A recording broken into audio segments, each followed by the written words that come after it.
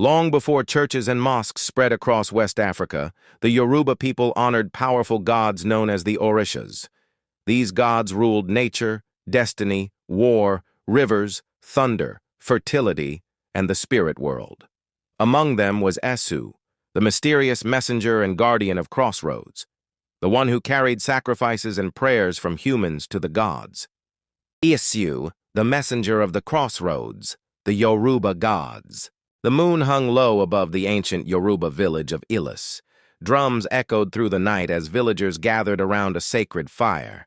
Old women wore white beads. Hunters carried animal skins. Children sat quietly beside their mothers. Tonight was not an ordinary night. Tonight was the festival of the Orishas. At the center of the village stood the shrine of Esu, the feared messenger of the gods. The shrine was small but terrifying. Cowrie shells hung from wooden poles. Red palm oil stained the earth. A black rooster cried from inside a woven basket. The villagers believed Esu watched every human step. He stood at every crossroads. He listened to every promise, and he punished every liar. The chief priest, Baba Adegoke, stepped forward slowly. His body was covered in white chalk. Around his neck hung red and black beads. The drums stopped. Silence swallowed the village. Baba Adegoke raised his staff toward the sky. Great Esu, keeper of paths, messenger between man and the gods, accept our offering tonight. The villagers bowed immediately. No one dared look directly at the shrine. They believed Esu loved confusion and tested humans constantly. If someone forgot to honor him before praying to the other gods, disaster could follow. A farmer could lose his crops. A hunter could disappear in the forest. A pregnant woman could lose her child. So before any worship began, Esu had to be honored first. Two young men brought forward the black rooster. The bird struggled wildly. The priest sprinkled palm oil on its feathers and spoke ancient Yoruba incantations. Esu Elegbara, opener of the gates, carry our words to the heavens.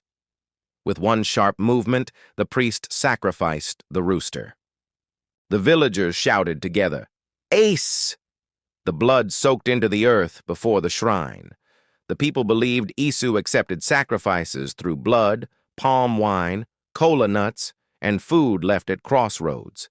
Suddenly, the wind blew violently through the village. The fire danced wildly. Children screamed and held their mothers tightly. The priest smiled slowly. Esu has arrived.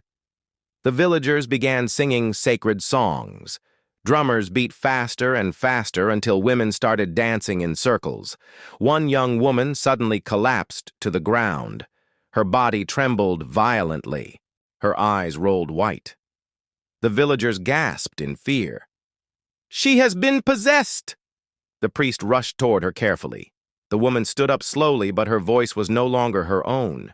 It sounded deeper, older, stronger. "Why have the people forgotten the old ways?" the spirit growled. The villagers fell flat on the ground. Nobody spoke. The spirit continued. "The gods protected your fathers. The gods gave rain, children, and victory in battle. Yet many hearts now wander." The chief trembled. "Forgive us, great Esu." The possessed woman pointed toward the forest. "A darkness approaches this village." Fear spread immediately. The villagers believed the Orishas could see beyond the human world. Warnings from the gods were never ignored. For generations, the Yoruba people worshipped many powerful Orishas. There was Sango, god of thunder and lightning; Ogun, god of iron and war; Yemoja, mother of rivers and protector of women; Ocean, goddess of beauty, love, and fertility.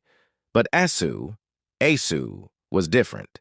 He was feared more than loved, because Esu tested the hearts of men. The elders told stories about him appearing as a traveler at Crossroads, asking strangers difficult questions. Those who lied suffered terrible curses. Those who spoke truth received blessings. One elder stood beside the fire and began telling a story to the children. "Many years ago, two best friends farmed neighboring lands," he said. One day, Asu walked between their farms wearing a hat that was red on one side and black on the other. The children listened carefully. After Isu passed, one farmer swore the traveler wore a red hat. The other argued it was black. The elder shook his head slowly. They fought until blood was spilled. The children widened their eyes. But later, Isu returned and showed them both sides of the hat. The elder pointed toward the shrine. That is why Isu teaches humans that truth can have many faces.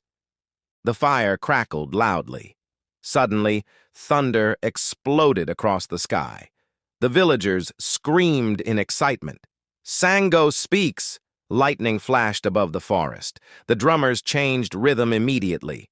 Now the worship turned toward Sango, the god of thunder. Men danced holding double-headed axes, the symbol of Sango's power. Women sang praises loudly. The Yoruba people believed each god controlled part of nature. When thunder roared, Sango was angry. When rivers overflowed, Yamoja was speaking. When iron weapons won wars, Ogun had blessed the fighters. The gods were everywhere, every tree, every river, every storm, even the crossroads. As midnight approached, the priest prepared the final ritual. A clay pot filled with cola nuts, palm wine, and yam was carried to the village crossroads. No one spoke during the journey. The crossroads belonged to Isu. The priest placed the offerings carefully on the ground. Then he whispered, "Guardian of destiny, protect this village from evil." The villagers dropped cowrie shells beside the offerings, one by one, young and old, rich and poor. Everyone feared offending Isu. As they turned to leave, a strange laughter echoed through the darkness. Nobody dared look back, because Yoruba tradition warned, if Isu calls your name at night, never answer. The villagers hurried home while the drums slowly faded into silence. But at the crossroads, the offerings had already begun to disappear, and somewhere in the darkness, a pair of glowing eyes watched the village carefully. The gods had heard their prayers, but whether blessings or punishment would come, only Esu knew. The end.